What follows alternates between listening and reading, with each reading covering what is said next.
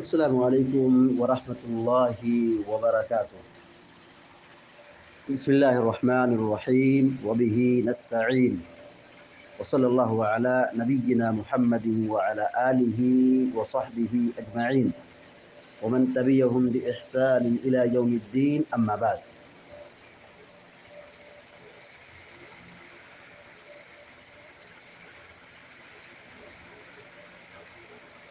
اعتکاف کے متعلق بعض مسائل اور بعض نصائح کا یہاں تذکرہ کیا جا رہا ہے۔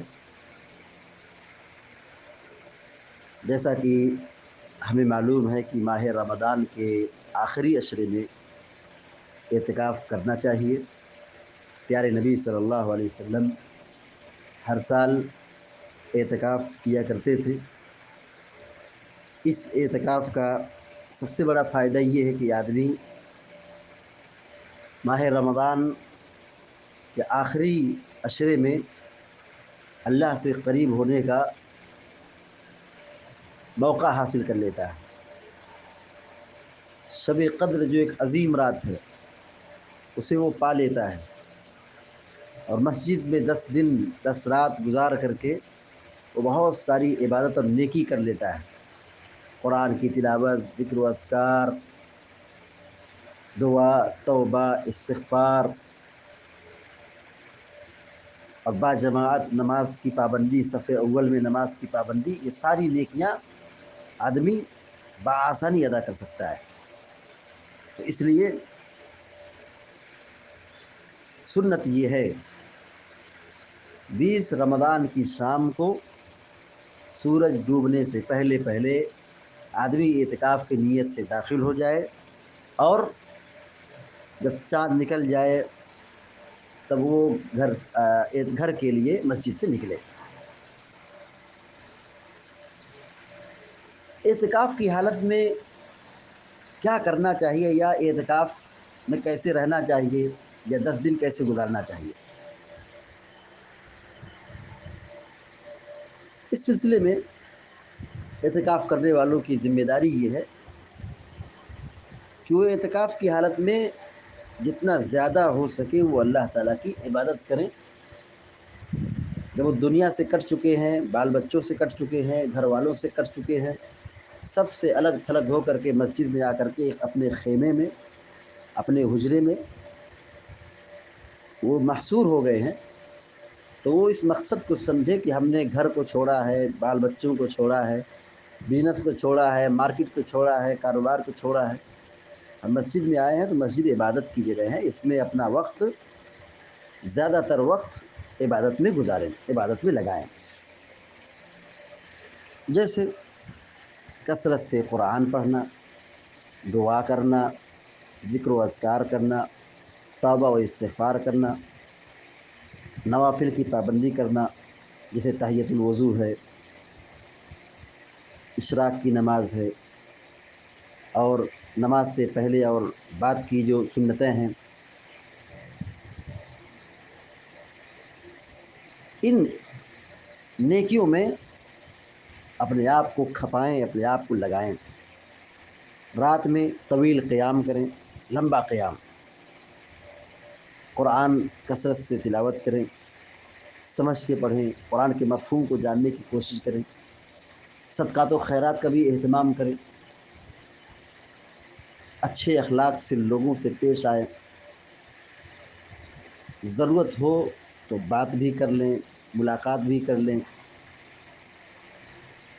اور ضرورت محسوس ہو تو گھر پہ رابطہ بھی کر لیں، فون بھی کر لیں، اس میں کوئی حرج نہیں۔ ہاں، لیکن اعتکاف میں بیٹھے ہیں، گھنٹوں گھنٹوں بات کر رہے ہیں،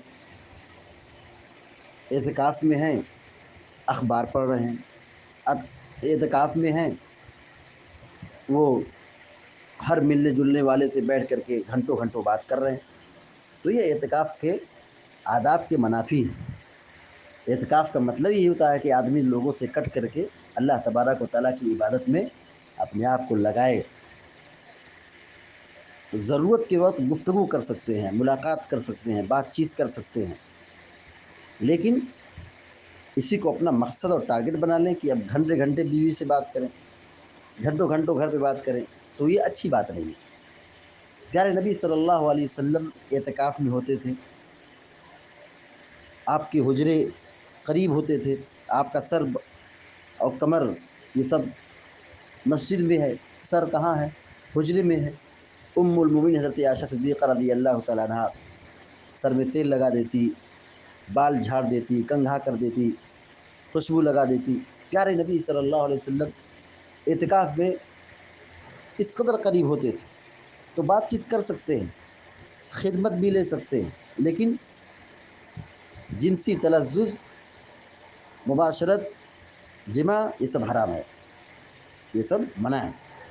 ولا تباشروہن وانتم عاکفون فی المساجد، قرآن کہتا ہے کہ تم اعتکاف میں بیٹھے ہو، مسجد کے اندر ہو، تو بیوی سے ہم بستری نہیں کر سکتے، جنسی تلذذ حاصل نہیں کر سکتے۔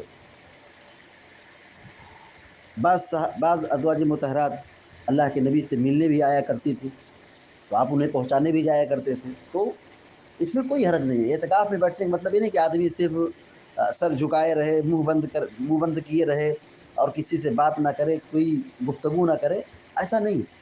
وہ ضرورت کے وقت بات کر سکتا ہے، گفتگو کر سکتا ہے، سلام کر سکتا ہے، سلام کا جواب دے سکتا ہے، مسجد میں کوئی بیمار ہے تو اس کی عیادت بھی کر سکتا ہے، اور مسجد میں اذان دینا ہے، مسجد کی صفائی ہے، یا اس طرح نماز پڑھانا ہے، درس دینا ہے، تقریر کرنا ہے، خطبہ دینا، یہ سب کر سکتا ہے، کوئی حرج نہیں۔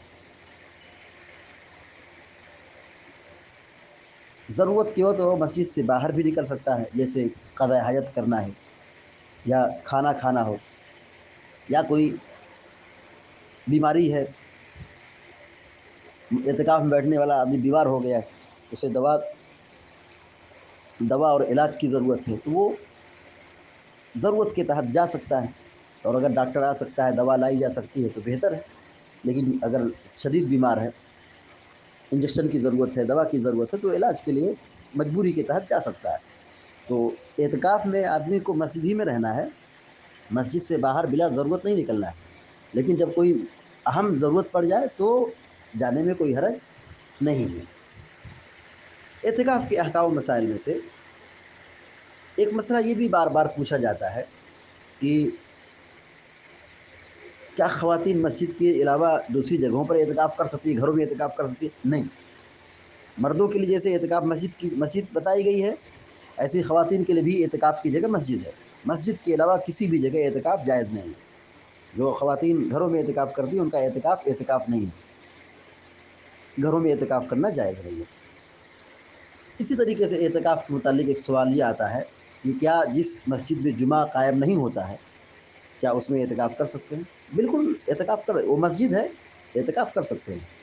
جمعہ کے لیے وہ جمعہ کے لیے نماز پڑھنے کے لیے وہ جا سکتا ہے، وہ جائے گا، لیکن افضل اور بہتر یہی ہے کہ جامع مسجد میں اعتکاف کیا جائے۔ اعتکاف کے متعلق یہ بھی سوال ہوتا ہے کہ ایک شخص اعتکاف کرنے کے لیے تھوڑا لیٹ ہو گیا، جیسے بیٹھنا ہے، مغرب سے پہلے پہلے مسجد پہنچنا ہے، لیکن وہ سورج ڈوبنے کے بعد آیا ہے مسجد میں، تو اگر کوئی بہت مجبوری تھی، لا علمی تھی، تو کوئی حرج نہیں ہے۔ لیکن اعتکاف کا جو وقت ہے وہ یہی ہے کہ مسجد میں سورج ڈوبنے سے پہلے پہلے پہنچ جائے، سورج ڈوبنے سے پہلے پہلے وہ مسجد پہنچ جائے، یعنی 21 رمضان جب شروع ہو تو مسجد میں ہو، چونکہ جیسے سورج ڈوبے گا 20 رمضان کا تو یہ 21 لگ جائے گا۔ تو ادب یہی ہے، سنت یہی ہے کہ سورج ڈوبنے سے پہلے پہلے اعتکاف کرنے والا مسجد میں پہنچ جائے، تاکہ وہ 10 دن کا مکمل، یعنی آخری عشرے کا مکمل وہ اعتکاف کر لے۔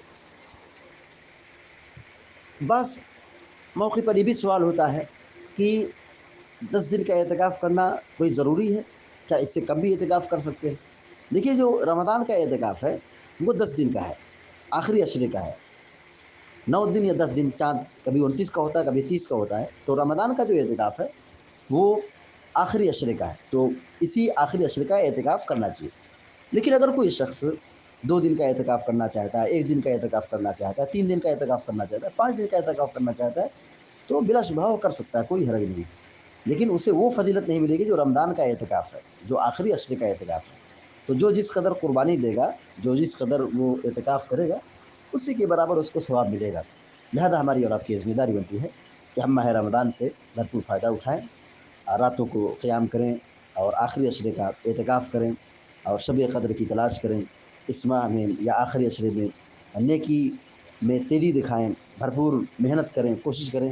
پیارے نبی صلی اللہ علیہ وسلم کی سنت یہی رہی ہے کہ آپ ان مبارک دنوں میں، مبارک راتوں میں بہت زیادہ محنت کرتے تھے، بڑی عبادت کرتے تھے۔ ایسی کمر توڑ عبادت، محنت کسی اور مہینے میں یا کسی اور عشرے میں، کسی اور موقع پر آپ انجام نہیں دیتے تھے۔ لہذا ہم سب کو پیارے نبی علیہ السلام کی سیرت سے عبرت اور نصیحت حاصل کرنے کی توفیق عطا فرمائے، آمین یا رب العالمین۔ وصلی اللہ علیہ نبینا محمد وسلم تسلیما کثیرا، والسلام علیکم و رحمۃ اللہ وبرکاتہ۔